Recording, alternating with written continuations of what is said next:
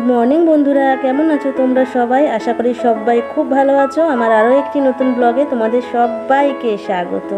আজকে হচ্ছে মঙ্গলবার, আর এই যে সকালবেলা উঠে বেশ কিছুটা কাজ আমি এগিয়ে নিয়েছি। বেশ কিছুটা বলতে প্রায় সমস্ত কাজই আগানো হয়ে গেছে আর কি, শুধু স্নান করতে আমার বাকি আছে।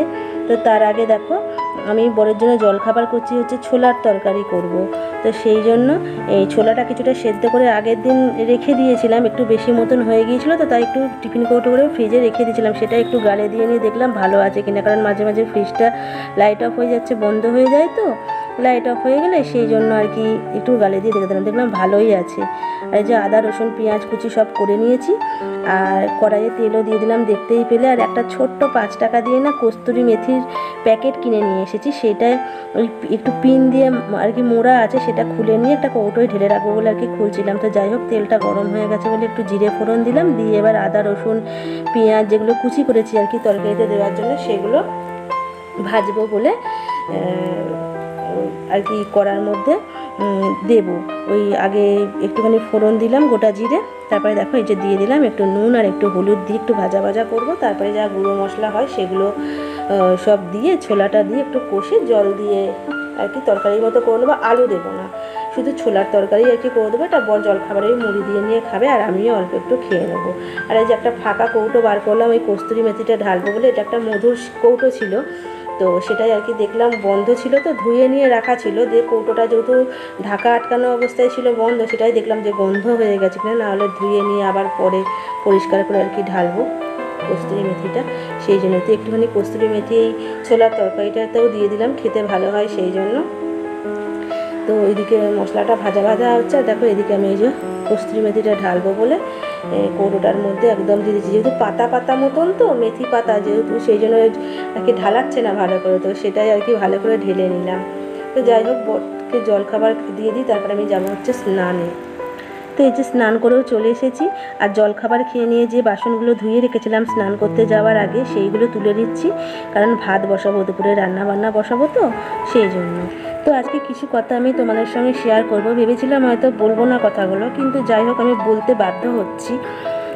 আমার কিছু সাবস্ক্রাইবার বন্ধু আছে যারা নিজেদেরকে ভীষণ চালাক মনে করে, যদিও তারা আমি সাবস্ক্রাইবার বন্ধু তাদেরকে বলছি, কিন্তু তারা হয়তো আমাকে সাবস্ক্রাইব করেও নি, কিন্তু তাও আমি তাদের বন্ধু হিসেবেই আর কি বলছি। তো যাই হোক, আমি সবার জন্য এই কথাটা বলছি না।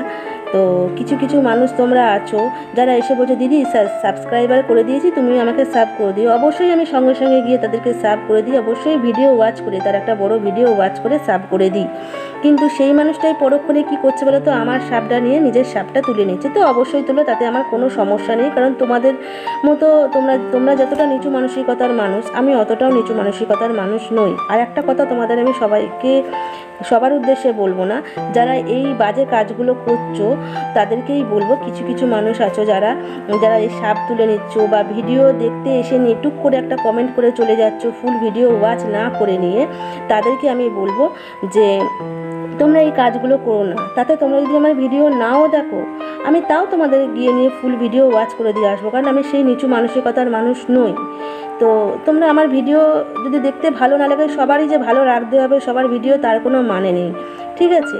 ভিডিও ভালো না লাগতেও পারে, তো তার জন্য এমন করো না যে টুক করে একটা কমেন্ট করে দিয়ে চলে যাব, ভিডিও দেখবো না। এতে কি হচ্ছে বলো তো, তোমার চ্যানেলটার যেমন ক্ষতি হচ্ছে, আমার চ্যানেলটাও ক্ষতি হচ্ছে। তা আমি তো তোমাদের কোনো ক্ষতি করিনি, তাই আমার ক্ষতি করার কোনো মানে হয় না তোমাদের, ঠিক আছে? তাই জন্য তোমাদের একটা কথাই বলবো, প্লিজ এই কাজগুলো করো না। তাতে যদি তোমরা বলো, দিদি আমি তোমার ভিডিও দেখবো না, কিন্তু তুমি আমার ভিডিও ফুল ওয়াচ করে দাও, আমি অবশ্যই করে দেবো। আর যাই হোক, এই কথাগুলো বলার জন্য আমি খুবই দুঃখিত। প্রায় অনেকক্ষণ পর তোমাদের সামনে আসছি, আর আজকে মারাত্মক গরম আছে জানো তো, কারণ কালকে বৃষ্টি হয়েছে এখানে একটু, আর অল্পই বৃষ্টি হয়েছে ঝিরঝির করে, যার ফলে কি হয়েছে, আর রাতটা একটু হালকা ঠান্ডা থাকলেও ঘরের ভেতর তো গরম, বাইরে ঠান্ডা। আর সকাল থেকে রোদ উঠে গেছে না, মানে এতটা ভাপাচ্ছে যেন মনে হচ্ছে কেউ আমাকে মানে কোনো কিছুর উপরে বসিয়ে দিয়েছে, সেই স্টিমারে সেই হয় না মোমো সেদ্ধর মতন, মনে হচ্ছে আমি সেদ্ধ হচ্ছে, এতটা মারাত্মক গরম লাগছে, মানে ভীষণ গরম। তো যাই হোক, আমার রান্না বান্না দেখো, এই যে সমস্ত কিছু কমপ্লিট হয়ে গেছে। ওভেনটাকে মুছতে হবে, ওভেনটা গরম আছে। এবার খাওয়া দাওয়া করবো। তো চলো তোমাদের ঝটপট একবার দেখিয়ে দিই রান্নাগুলো আজকে। তো এই যে ভাত, এদিকে করেছি হচ্ছে টকের ডাল। এই যে আমগুলো আছে, একটু একটু আমগুলো গেলে দিয়েছি, মানে একদম ঘেটে দিয়েছি একটু একটু আমগুলো, আর বাকিগুলো আছে। বেশি সবগুলো যদি এখন ঘেটে দিয়েছি না তাহলে খুব টক হয়ে যাবে। তো ডাল করেছি টকের ডাল। এদিকে করেছি হচ্ছে আলু পোস্ত, একদম প্লেন এটা আর কি, নিরামিষ আলু পোস্ত বলতে পারো, পেঁয়াজ দিইনি। আর এদিকে বরের জন্য একটু পোস্ত বাটা রেখে দিয়েছি, কাঁচা পোস্ত বাটা। আর এদিকে আছে হচ্ছে মাছ ভাজা, পটল ভাজা আর শাক ভাজা। আর এই সাইডে একটু মাছের ডিম আছে। এই যে মাছের ডিমটা একদম প্লেন কড়াইয়ের মধ্যে দিয়ে দিয়েছিলাম, এতে আর বেসন দিয়ে ভাজিনি, অল্প একটু ছিল বলে।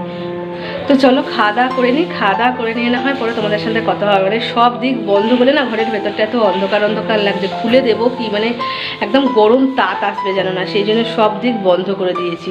আর মাঝে মাঝে একদম মেঘলা করছে, আর মাঝে মাঝে তীব্র একদম রোদটা উঠছে, মানে পারা যাচ্ছে না, একদম ঘরের মধ্যে পারা যাচ্ছে না যেন না, একদম মানে অবস্থা খারাপ। আমি স্নান করে এসে এখনও পর্যন্ত চুলটা ছাড়িনি আঁচড়ে, মানে চুলটা পুরো ভিজে আছে, জলে তো ভিজে, তার সাথে ঘামেও ভিজে আসছে। মানে আমাকে এই পাখা চালিয়ে নিয়ে কাজ শেষে পাখা চালাতে হবে, পাখা চালিয়ে নিয়ে তবে আর কি ঘামটা শুকোতে হবে। আর সিলিং ফ্যান তো একদম চলবেই না, কারণ ভোল্টেজ এত কম যে সিলিং ফ্যান একদম চলবে না। তো চলো খাওয়া দাওয়া করে নিই, প্রচণ্ড কষ্ট হচ্ছে। খাওয়া দাওয়া করে আবার ওভেন মুছতে আছে, তারপরে বাসন ধুতে আছে, অনেক কাজ আছে গো। এই যে বন্ধুরা দেখো, খাওয়া দাওয়া করার পর এই যে বাসন ধুচ্ছি, আর আজকে প্রচুর বাসন পড়েছে, মানে এদিকটা রোদ চলে আসে তো সেই জন্য আর কি সব বাসন ধুতে পারিনি, আর নামিয়ে নামিয়ে দেওয়া হয়েছে। এখন খাওয়া দাওয়া শেষ করে নিয়ে যখন বাসন ধুতে এসেছি আর কি, তখন দেখে নিয়ে আমার মাথায় হাত। আর এই খাওয়া দাওয়া শেষ করে নিয়ে বাসন বসে বসে ধুতে না ভীষণ কষ্টকর, জানো তো, সে আমিই বুঝতে পারছি, বা যে ধোই সেই জানে। তো যাই হোক বন্ধুরা, আজকে এই অবধি। সবাই খুব ভালো থেকো, সুস্থ থেকো, সবাইকে টাটা। আর আজকে আমি যে কথাগুলো বললাম সেটা নিয়ে কেউ মন খারাপ করো না, আমি তোমাদের বলতে চাইনি, কিন্তু আমি বলতে বাধ্য গো।